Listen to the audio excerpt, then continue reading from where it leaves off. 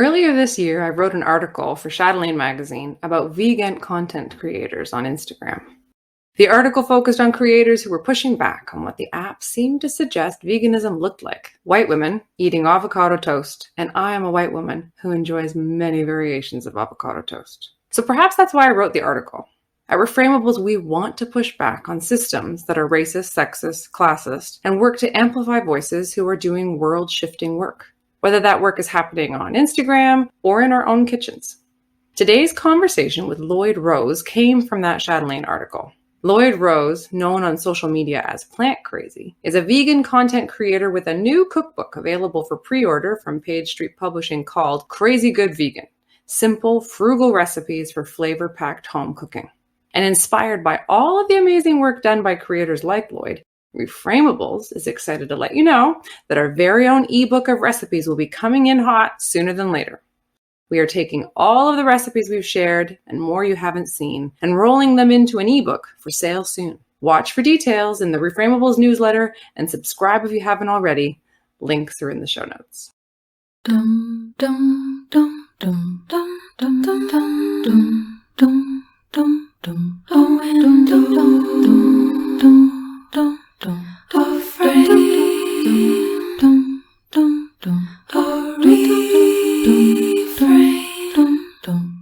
When I interviewed you for Chatelaine, at the heart of it, it was like, here's a cool Instagram foodie who's doing amazing things. That's what all four of you who I interviewed were all about. But it wasn't just that, right? I mean, each of you had a really interesting story that you brought to the table in terms of how it was that you came to veganism, how you came to what it is that you're doing right now. So can you just share with those who are going to end up listening to this exciting episode, how did you come to vegan eating and cooking in your own journey? It's actually interesting how it happened because I had no plans on going vegan. I was a full-blown meat eater. My family grew up eating meat.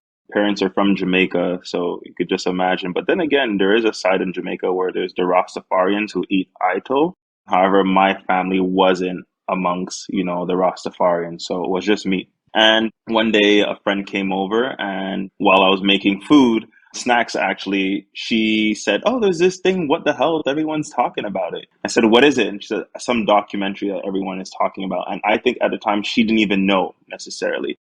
So we played it. And by the time that we were done playing it, our minds had flipped. Sometimes what you don't know, you just pass through life not knowing certain things, and then you come to realize certain stuff are now exposed, so you no longer look at the things that you love the same way. So I started no longer looking at meat the same way, and fast forward, what we did was we're just like, let's just challenge each other. 14 days, no meat. And we did 14 days. We felt good. Let's try 30 days. 30 days, we felt good. Now it's been 4 years. That's hilarious.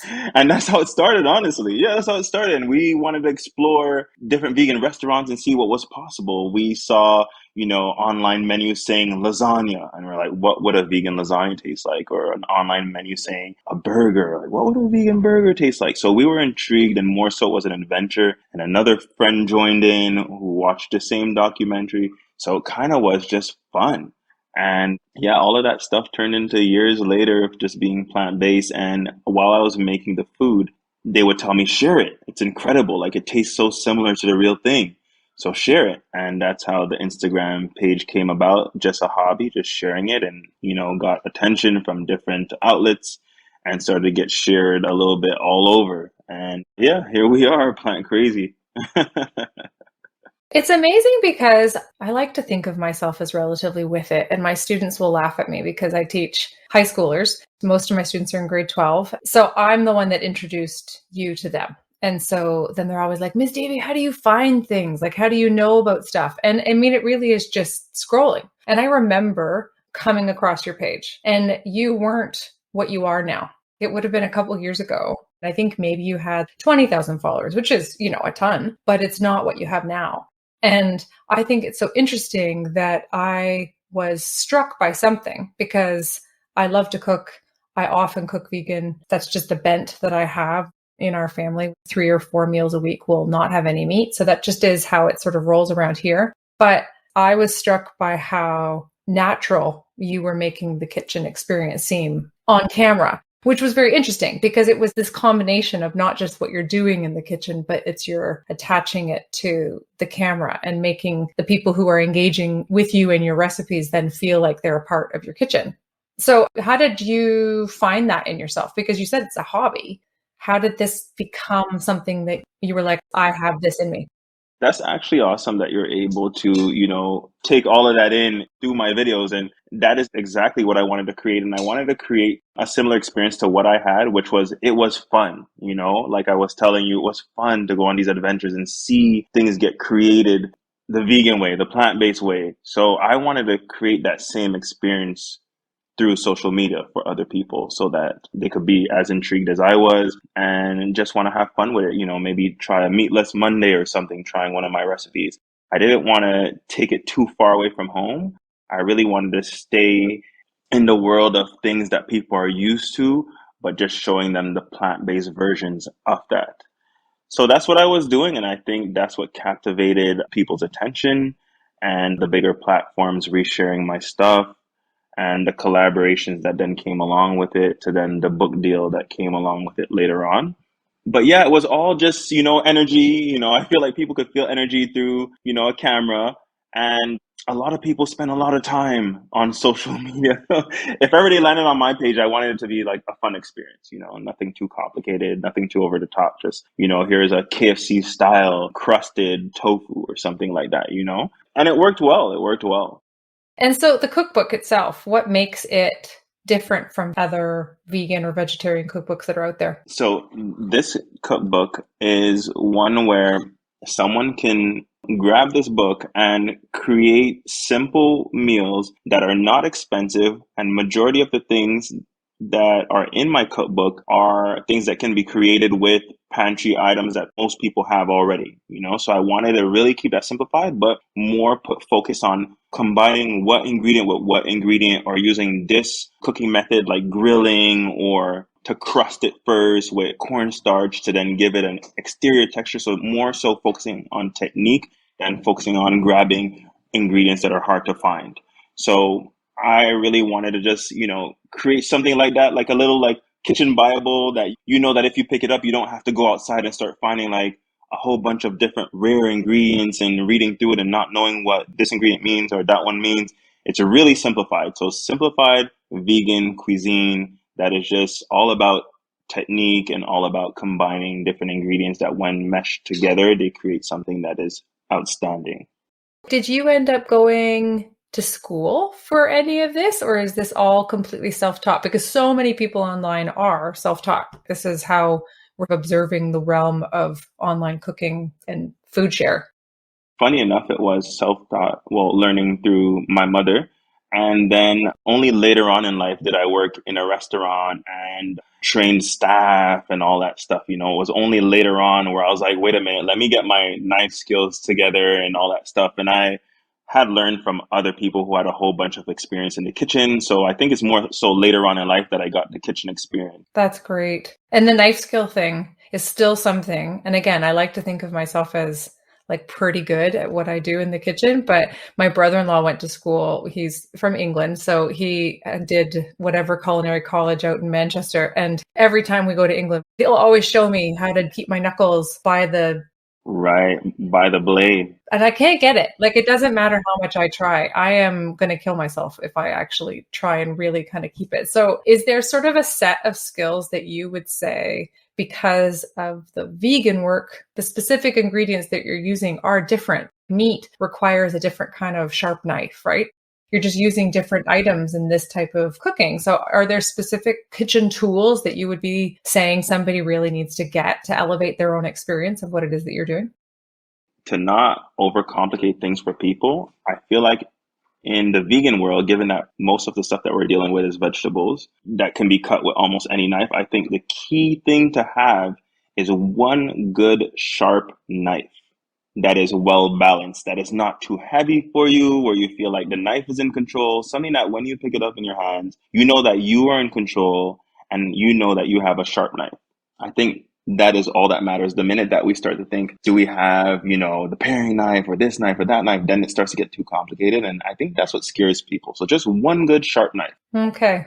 That's validating to hear, because then I'm starting off in a good place. How about, Yeah, one good sharp knife.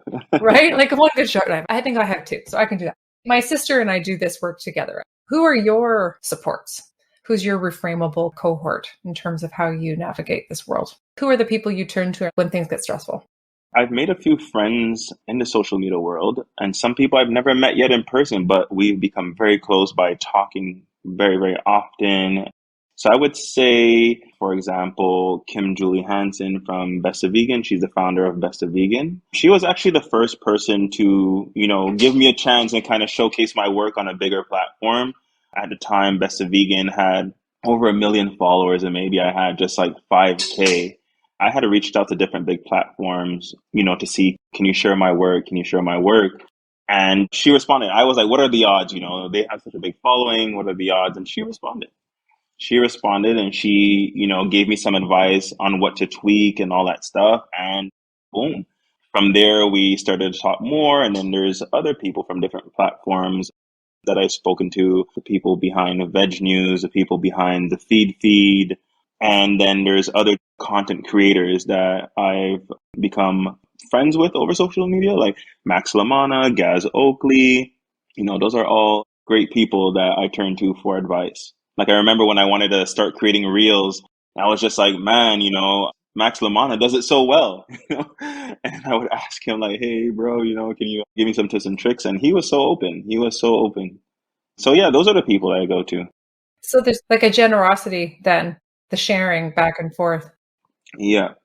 That's amazing. And then again, it's a mutual space, right? Because he also knows Kim Julie Hansen from Best of Vegan. And then, so it's all like in a mutual space.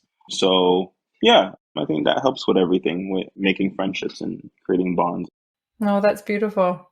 Dum, dum, dum, dum, dum, dum, dum.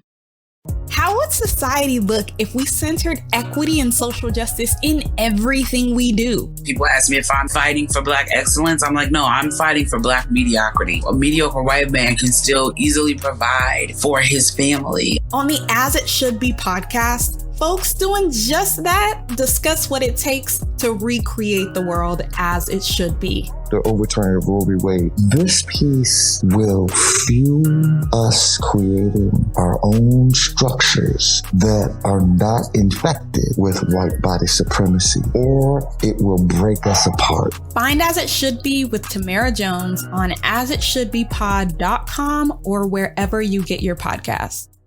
Dum, dum, dum, dum, dum, dum, dum. Again, it's inspiring to hear it happen in the online space, the way that people can care for each other, because I think what could come across in life online, the experience of it be so much about self-promotion, when actually the beauty of what can happen online is when it is that kind of mutual back and forth thing that you're talking about, right? Like when it's people doing it for each other, that feels like then there's something kind of lovely coming out, as opposed to everybody just being all about how do I elevate my own product all the time. Right. And you know what's happening? What's the reality of things is that this is a space that's fairly new to so many people, right? It's like, yes, I create good content, but I need to make money from this. How do I scale it? How do I go about that stuff? It's not easy. It's not like you could go and pick up a book on, I don't know, how to cut food or what's the best knives or the knife's name or whatever, like it's not like you could go and grab a book for that stuff. So it's like, you need to find someone who has gone through it already that is open to showing you the way. And then once they've shown you the way, and then maybe you're interested in something else in regards to your platform, you need to find someone else again that has gone through that. And then you learn off of them, Yeah. It's like so many different kinds of teachers. The information is so hard to get. It's like sometimes you get stuck by something. You can't go to the library and figure it out, or you can't go online because social media is always changing. It's always changing. So it's like, who do you go to? You have to find people that are in the field that have gone through it already. I think that there's a real vulnerability to what it is that influencers are doing. They are so constantly available to their followers, and yet there have to be these boundaries, right? But then at the same time, I'm imagining that the boundaries then create divisions between who can access and who can't. It's a complicated space, as you say. Yes, yes. And that is all because it's like the day goes by so fast. So you can only respond to so many messages. You're already responding to a bunch of comments to keep up with your engagement, also keep people happy and not to have people feel like, oh, this person just never responds. So you're already doing so much of that. You're filtering through DMs. Some DMs are silly, some make sense, some are just random questions that are the answers already in the video that you put out.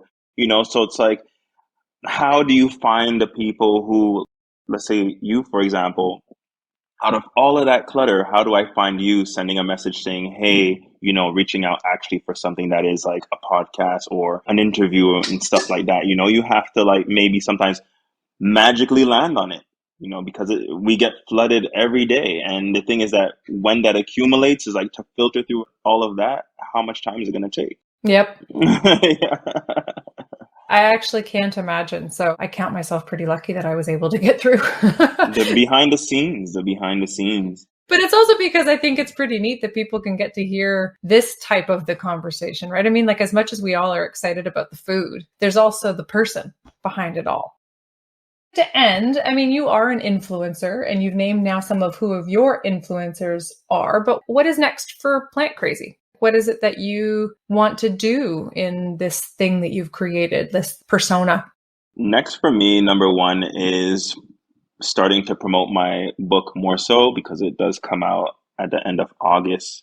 And then next up, I want to do some collaborations with restaurants to have my menus featured in certain restaurants because people have been wanting to try my food. And I would love for people to experience it because I know sometimes food could look good online or in a picture, but then you get to it and you're like, oh, it was all right, but I know people have tried my stuff and I know. So I would love to be able to have access points where people could come and taste my food. So that would be something, as well as traveling to different countries and showing the people from those countries with their culture ingredients how they could create plant-based meals inside their homes. That would be something that I would love to do because I feel like it would create an impact. And also if I can film it, it could be fun for people to tune into. So that space is something that I want to get into and then probably do that over a YouTube channel. That sounds fun. Yeah, that is what is next for me. And you want to keep this fun for yourself. So what's the way you're going to do that? That's my final question. How does Lloyd Rose keep making himself enjoy it? Like the fun that you started with when you first watched that documentary with your friend. So you know how some people gain their happiness through seeing the impact they've had on someone else, like helping someone else or showing them something new. I think that is what keeps it fun for me. People reposting that they made my recipes. There's people for their anniversaries, they've made my recipes and blown their partners away with, what they've created, and they've gained confidence in the kitchen and stuff like that. I think that is the best return for me. And that is what keeps the engine going and keeps me motivated and keeps me happy. Some days I wake up and I read comments and I do go through my DMs sometimes and I land on a DM that is super positive, where, it's been kind of like life-changing for people. There's some young kids that come to me and say, you know what, I never thought that was possible to, have a burger or have a pita like that, in the plant-based world. I've asked my parents to make it for me, and that makes me so happy, Oh, that's wonderful. Yeah, so those things, that's the best return. That's super. Hey, thank you for this. It was a pleasure. Thanks for just taking the time and it being so chill and possible. It was a pleasure. I know that it wasn't necessarily Yes. easy for us to make it all happen, but the fact that it did just means I think we're paying it forward, right? We're just putting wonderful, good vibes out there into the world, and maybe now people will eat a few more blocks of tofu. Yeah, exactly. Thanks a lot, Lloyd. No problem. Have a great rest of your night. You as well. Take care. Okay, take care. Bye-bye. Bye. Dum dum dum dum dum dum dum. Hey, Reframeables, a little housekeeping. Don't forget to rate, review, or subscribe wherever you listen to your podcast if you like what we're doing here on Reframeables. Your feedback really supports this reframing project of ours. Also, please sign up for our weekly newsletter, which comes with a free, delicious recipe from Nat. And we have a new segment for our Patreon subscribers. Mini episodes, which we call Life Hacks and Enhancers, are 5 best things in a week. So check us out over on our Patreon and consider a donation if these reframing conversations have supported you or someone you know. All the links are in our show notes. Love, Reframeables. Dum dum dum dum dum dum dum dum dum dum dum dum dum dum dum dum.